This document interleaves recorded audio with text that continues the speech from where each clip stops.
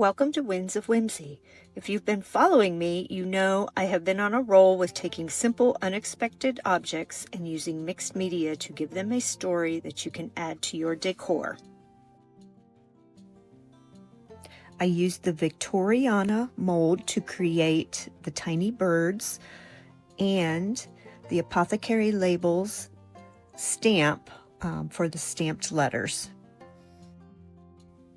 I have already prepped this spoon by washing it well to remove any dirt and grease. I'm using Paint Couture paints today. I started with Linnea and I created that small oval. I applied that directly to the spoon. The two tiny birds were formed with air dry clay using the Victoriana mold from IOD. And I glued those onto the spoon, allowed to dry overnight, and added some coloring to those. The color I'm using for these birds is called Abyss, and as I said, that's a Paint Couture product. And I'm creating this wash by mixing in some of the Abyss with a antiquing gel glaze that is also Paint Couture, and that gave the background a nice look of sky.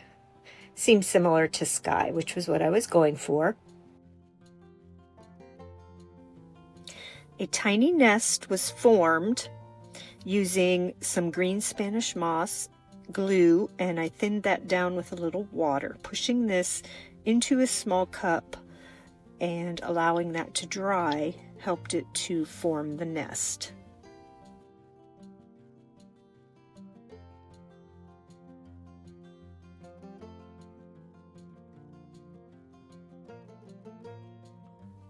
Next, I created some small eggs that I could glue into the nest. So I'm just using a little air dry clay here to form some tiny eggs, pinching the top to create an egg shape. And those will be allowed to dry and get hard before I paint them.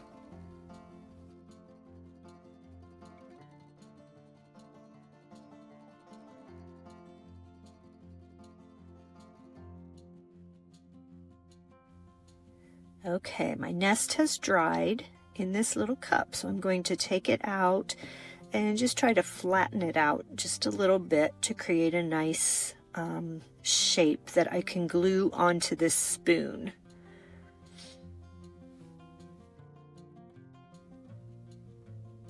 I just used a good amount of hot glue to attach that, and I'll kind of hold it in place until that gets a good connection to my spoon.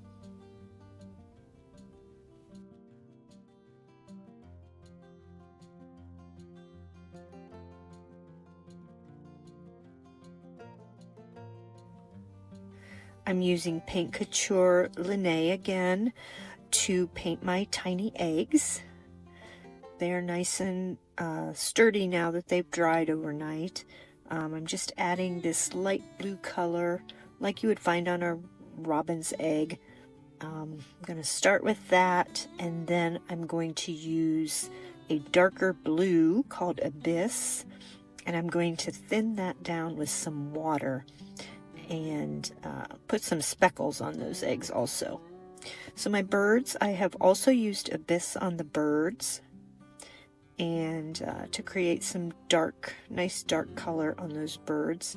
And now I'm just adding some highlights with the Linnea. That will just looking to bring out some details on these birds.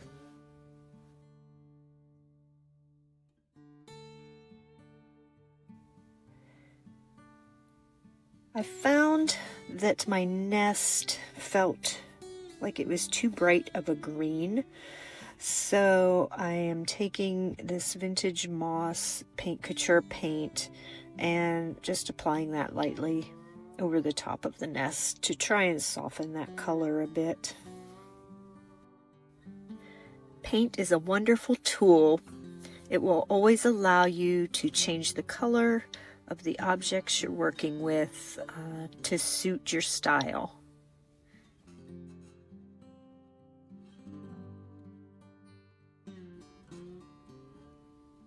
Now back to the eggs. This is where I'm going to take some of the Linnea and also some of the Abyss and create a darker color that I can splatter onto the eggs.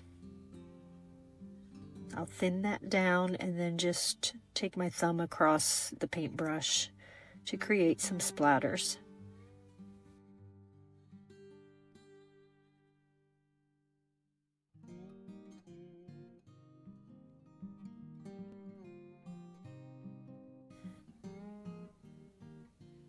Once the eggs are dry, I'm just going to glue those into place on my nest. The Paint Couture paint does have a built-in top coat, so it does not require an extra sealer.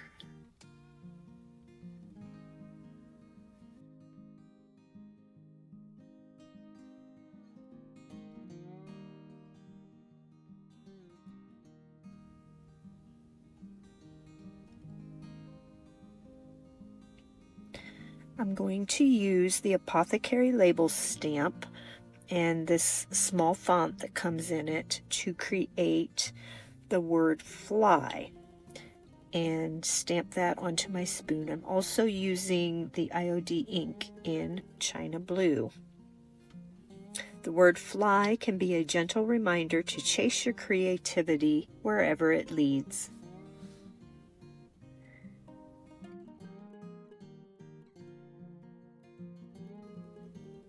It's always a good practice to take a baby wipe and clean up the edges, remove any ink that may have gone over onto your carrier so that that doesn't transfer to your project. So I'm just going to apply some firm pressure to get those letters onto my spoon.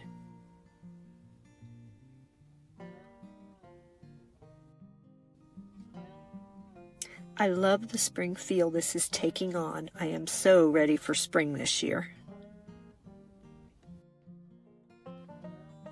And here's the finished product. I added a messy bow that I created from just cutting some strips of different ribbons, and also created a hanging loop for the top. You could hang this on its own. I couldn't decide what to do with it, or I decided to add it to a wreath, and it was tied on to the wreath so that it isn't a permanent fix, in case I decide I want to take that off someday.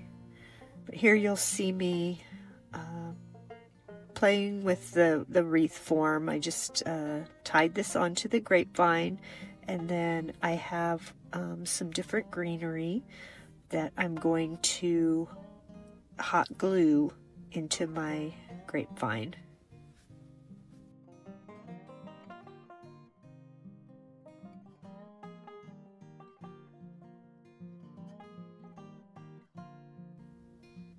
These longer pieces of greenery were cut off a larger bush. I buy lots of different florals at Hobby Lobby and Michael's, but I usually end up cutting them apart into the smaller pieces.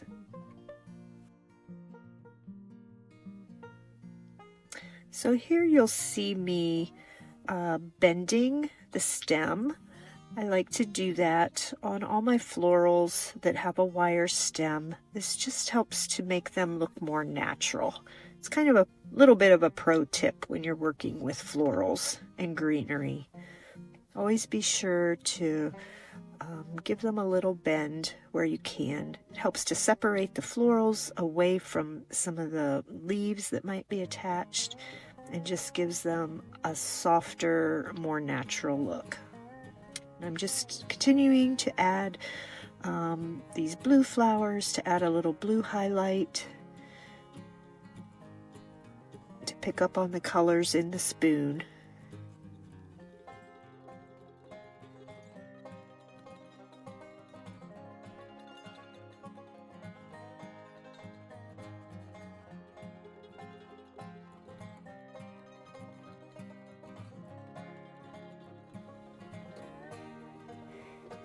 It's vintage, it's industrial, it's unexpected. If you love upcycling, texture, or giving forgotten items a second life, then I hope this inspires you to take something unexpected and play with mixed media techniques. If you like this project, please like and subscribe. That way you will get notifications so you can continue to see what I am creating. The products I've used will be listed, and you can purchase those using my affiliate link to Aunt Bee's Attic, where I will receive a small thank you that helps me to keep creating. Have fun creating this week.